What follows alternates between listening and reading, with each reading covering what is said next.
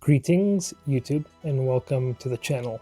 For this video I'll be showcasing some games that are already not on the PlayStation 3 network and can't be purchased or downloaded unless you've already purchased it previously, but also in light of the PlayStation 3 and Vita stores going dark next year, I just thought I'd already showcase some games which already have seen them being removed from the platform, and that you can find maybe that knowledge that if you stumble upon these in your game hunting trips, that you may consider adding these to your game collections or playing it maybe a little bit later down the line.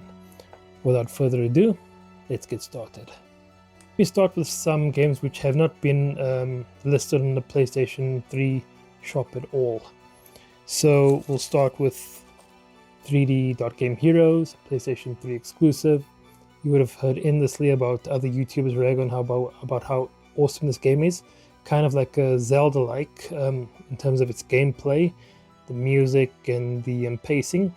Very fun game. Has not received a digital release, besides maybe emulation, which is probably something that I'll also advocate for.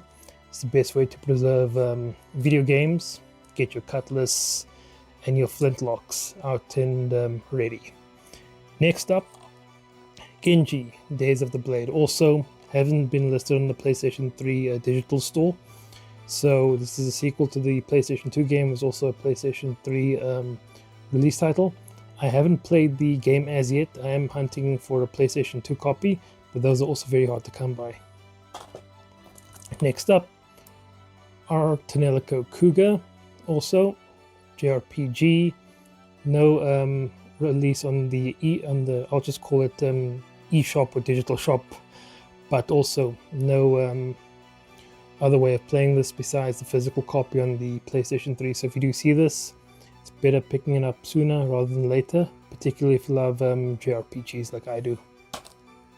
Next up, Eternal Sonata, one of the best video games with regards to music ever put to a disc or to a video game in this instance. It's one of my favorites. Also hasn't been released on the digital shops for Xbox and PlayStation 3. Okay, carrying on with PlayStation 3 exclusives. I think these were ported to Nintendo Switch not too long ago. Mugen Souls, this is the first, as well as Mugen Souls Z. So obviously these are compile art NIS America releases.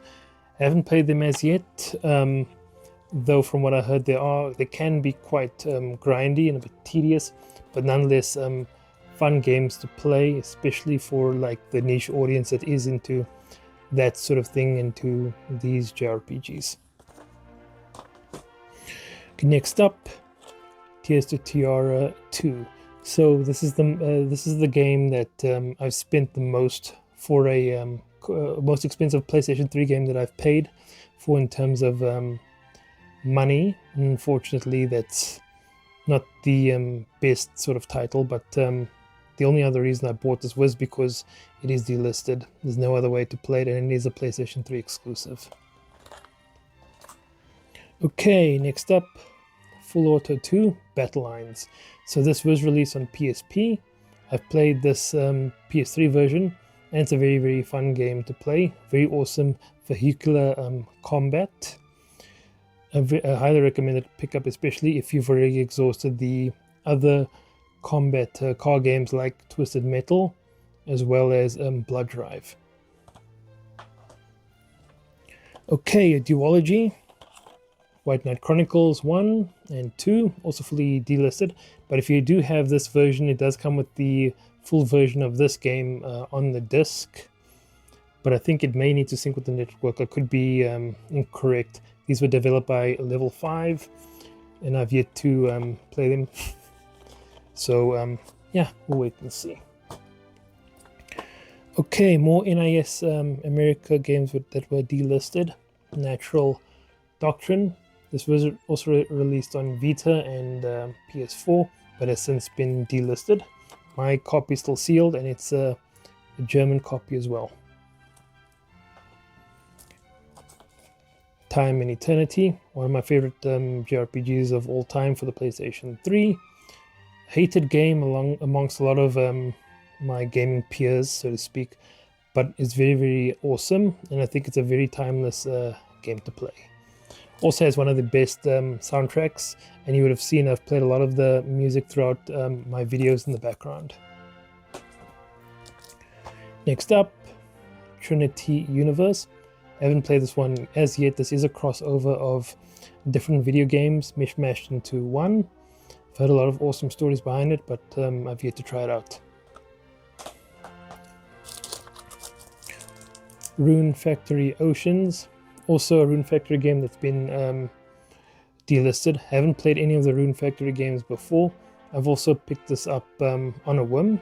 We'll see how it plays.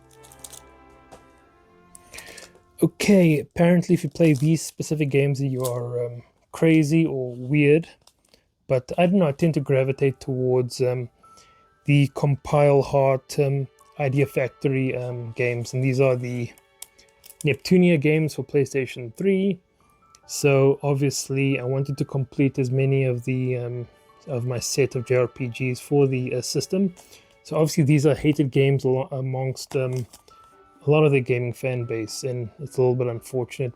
Apparently these are kind of bad games, but if you are into those obscure sort of niche games, which is what I kind of gravitate towards, I think I'll find the fun in this, and I'll play these regardless. Okay, so these are also dungeon crawling, I think, roguelikes. Guided Fate Paradox and Awakened Fate Ultimatum. These are also German copies, and unfortunately also the manuals are in German, and my German ability or ability to speak the language sucks, even though I have German blood. So these are also delisted, but nonetheless cool looking roguelikes. Okay, Folklore, not much I can say about this. Very awesome game. I've yet to complete it. And then Trinity, Souls of Zalal. I've covered this in one of my video with the most expensive games that are in my collection. Haven't played it yet, so I can't really give my opinion. Okay, and what I have here, final batch of games. So these are also released on 360, but I have these on PlayStation 3. And a lot of these were bought secondhand. So we'll start off with my review copy of the Pac-Man 2 and the Ghostly Adventures. Still hunting a copy of the very first game, the prequel to this one. This is also delisted from the PS3 store. Dragon's Dogma, Dark Arisen. Not sure why I stumbled in my speech there, but this is also delisted, but it has received a remaster for PlayStation 4. Burnout Paradise, the Ultimate Box. This is the first way that I played the game, was on PS3, was this version. A lot of fun, very awesome music. This game is aged like fine wine. Next up, I think this was delisted because of the music specifically in 2015. Around there, let me know down in the comments. Afro Samurai also received an anime series. I've yet to watch the series and play the game itself. Also picked it up at a secondhand game shop, and it was a lot cheaper compared to its other contemporaries, the FIFAs, Gran Turismo, and so forth. They apparently didn't know what they had in their inventory, this specific shop. Okay, next up, Bloodstone 007. This was developed by the same people that did the Project Gotham racing games. So the racing and the chase scenes are very polished in this game. It's a highly recommended game. Apparently they were planning to spin this off into a movie. Unfortunately, this never came to fruition. Okay, next up, 007 Legends. And ignore all the critics that crap on this game. This game was a lot of fun. Unfortunately, it was delisted. Its DLC is also gone forever, so be lucky enough to find that find a cracked version of that. But it's nonetheless a game that I think a lot of enthusiasts to the James Bond franchise should play. Grid 2, haven't tried this one as yet.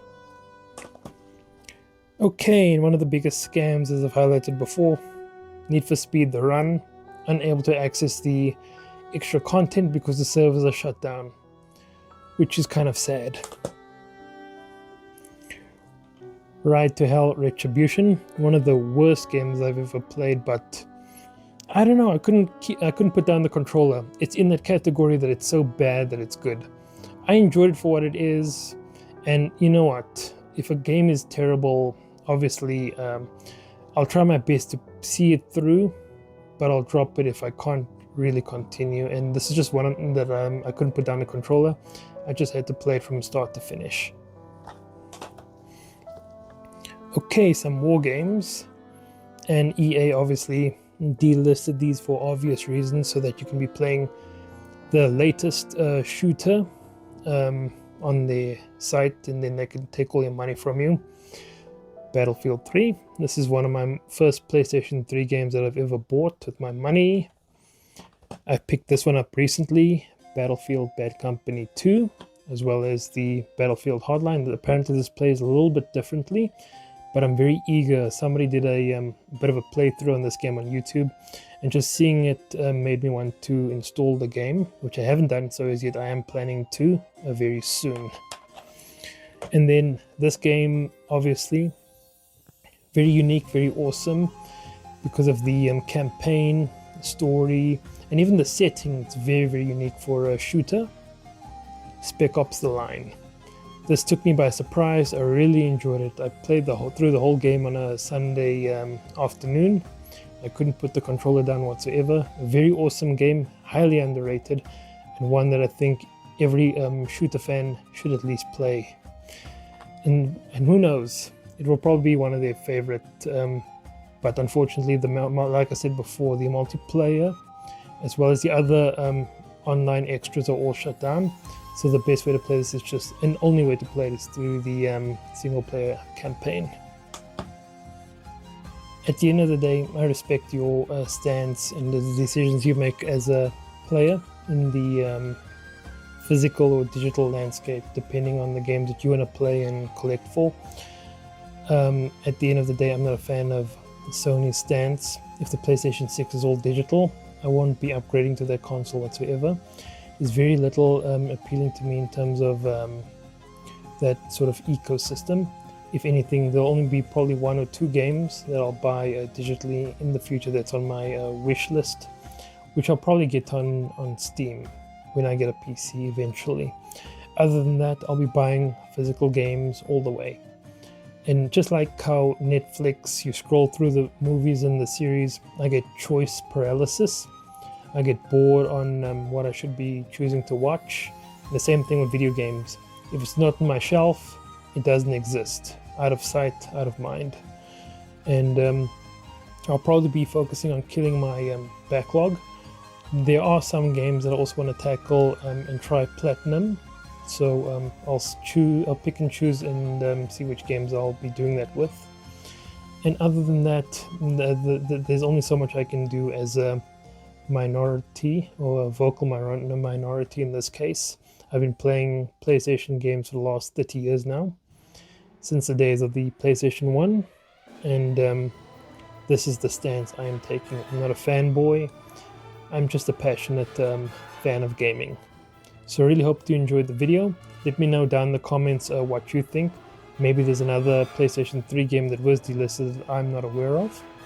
But let's educate ourselves and our kind of fellow gamers out there, so that we can make the best and most informed decisions possible. So we'll talk again very soon. I wish you all the best. May you enjoy your games, whether that's on a digital format or physically. Cheers.